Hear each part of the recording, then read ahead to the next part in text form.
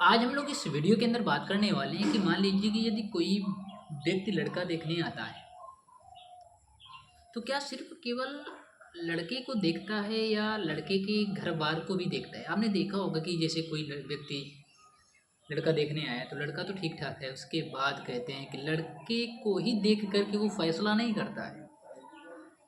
तो किन किन फैक्टर्स को देखने के बाद आगे बात पक्की होती है कि चलो शादी अब यहीं पर होने वाली है। तो वीडियो को लास्ट तक देखना। पहला पॉइंट ये है कि जब कोई लड़का देखने आता है, तो जहाँ तक मैं बता रहा हूँ आपको समझना, जब कोई लड़का देखने आता है ना तो लड़के को देखा, लड़के को देखने के बाद कहते हैं कि लड़का तो ठीक ठाक है, चलो घर देख लेते हैं।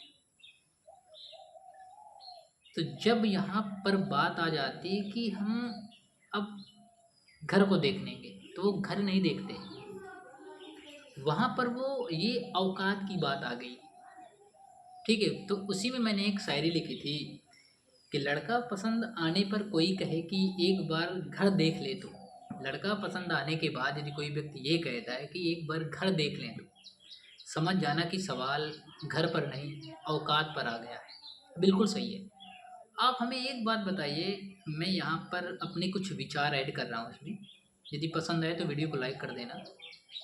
आप हमें ये बताइए कि आप लोगों को ऐसा क्यों लगता है कि जो हमारी जहाँ पर शादी होगी तो सरकारी नौकरी वाला ही हमारा पार लगाएगा। आपके पेरेंट्स को ऐसा क्यों लगता है कि हमारी जो बेटी है, हमारी जो लड़की है, इसका पार केवल सरकारी नौकरी वाला ही लगा सकता है, प्राइवेट वाला नहीं। तो आप हमें एक बात बताइए कि सरकारी नौकरी वाला ठीक है, आप घर पर आ गए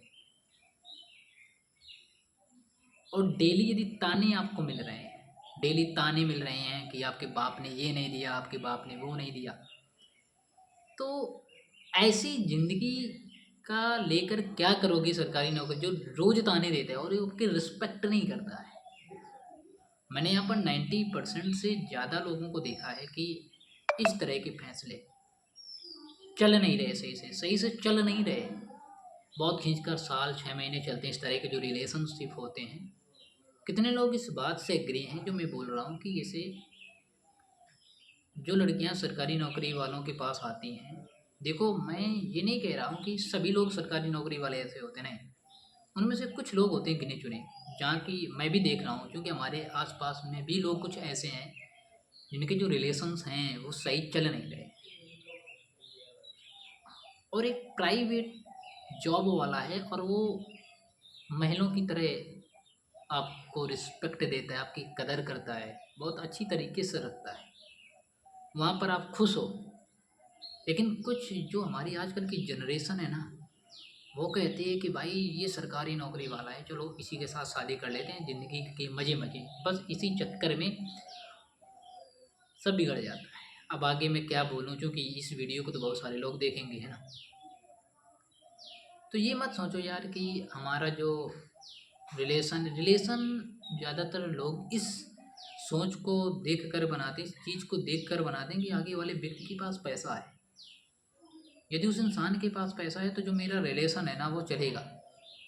यदि मैं रिलेशन को पैसे से देख करके बनाऊँ, यदि मैं पैसे को देख करके किसी रिलेशन को जोड़ता हूँ, तो जहाँ तक मेरा अनुमान है कि एक वक्त वो आएगा जब उसके पास पैसा नहीं बचेगा और आपका जो रिलेशन है, आप उस व्यक्ति से रिलेशन तोड़ दोगे, क्योंकि आपने जो रिलेशन बनाया है पैसे को देख करके बनाया है। जब जैसे ही पैसा वो ख़त्म होगा, क्योंकि इंसान के पास कितना भी पैसा आ जाए, एक वक्त ऐसा आता है कि वो चीज़ें ख़त्म हो जाती हैं और पैसे को देख करके बनाया गया जो रिलेशन है वो ख़त्म हो जाता है। इस वजह से यदि किसी इंसान को रिलेशन बनाना है, तो जहाँ तक मेरा अनुमान है कि यार करेक्टर देखो, हम्म, चरित्र देखो कि उस व्यक्ति का है कैसा, क्या ये हमारे विचार मिल रहे हैं नहीं मिल रहे।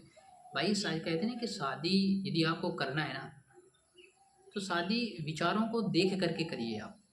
यदि आप लोगों के विचार एक दूसरे से मिल रहे हैं तो ठीक है, नहीं तो शादी मत करिए, क्योंकि शादी एक ऐसा अटूट बंधन होता है जो बार बार नहीं मिलता है। ठीक है, तो किसी के बहकावे में आकर यदि आप लोग ये सोच रहे हो कि ठीक है, हमारे घर वालों ने ये बात बोल दी कि इसके साथ तुम्हें शादी करनी है और मुझे इसी के साथ शादी करनी है, क्योंकि देखो, जो पेरेंट्स होते हैं, मैं ये नहीं कह रहा कि जो हमारे पेरेंट्स हैं वो आपके लिए गलत सोचेंगे, नहीं। क्योंकि शादी तो आपके साथ हो रही है ना, आपके पेरेंट्स के साथ तो हो नहीं रही है, तो आपको चीज़ों को देखना है। हो सके तो वो चीज़ें आप अपने पेरेंट्स को समझा सको। लेकिन कुछ लोग ये सोचेंगे यार ठीक है, मैं आपको तो समझा सकता हूँ लेकिन मैं अपने पेरेंट्स को नहीं समझा पाता, नहीं समझा सकता, क्योंकि हमारे आस-पास जो गाँव के जो लोग होते हैं ना, वो इस चीज़ को अपनी बात मनवाते हैं कि नहीं तुझे ये करना है तो करना है। आगे वाले व्यक्ति को की कोई बात नहीं मानते और आगे चल कर के एक कंडीशन है जी ऐसी आ जाती है कि बाद में ये झेलना पड़ रहा है कि यार बच्चों के ताने सुनना पड़ रहा है कि यार तुमने ही तो किया था, और घर वाले पेरेंट्स जो हमारे हैं ये बोलते हैं कि अब क्या किया जाए, हमने देखा थोड़ी ना था कि अंदर अंदर जा कर के तो हमने थोड़ी देखा था कि इस तरह का हो जाएगा। तो यार देखो, शादी एक दूसरे के विचारों को देख कर के आपस में एक दूसरे को देख लेने दो, उसकी बात करिए तो आई थिंक ज़्यादा बेटर रहेगा। समझ रहे हो? और दूसरा ये है कि सुनी हुई बात पर भरोसा सोच समझ कर कीजिएगा। सुनी हुई बात पर भरोसा सोच समझ कर कीजिएगा, क्योंकि कोई भी व्यक्ति कहानी का वो भाग नहीं बताता जहाँ पर वो स्वयं गलत होता है। बिल्कुल ये सही है। अब समझना कि मान लीजिए कि दो व्यक्ति हैं, ठीक है, पर इस व्यक्ति से मैंने कुछ कहा, तो ये जो व्यक्ति है ना, ये हमारी बात को थोड़ी ना थोड़ी चेंज करके बोलेगा। कोई भी व्यक्ति वो सारी चीज़ें नहीं बताएगा, एग्जैक्ट वो चीज़ें नहीं बताएगा जो जो आपने बोली हैं। इसी वजह से कहा गया है कि सुनी हुई बात पर जो भरोसा है ना, बहुत सोच समझ कर कीजिएगा, क्योंकि कोई भी व्यक्ति कहानी का वो भाग नहीं बताता जहाँ पर वो स्वयं गलत होता है। और एक मैंने लिखा था कि लोग झगड़ों में निवाले तक गिना देते हैं, बिल्कुल सही है।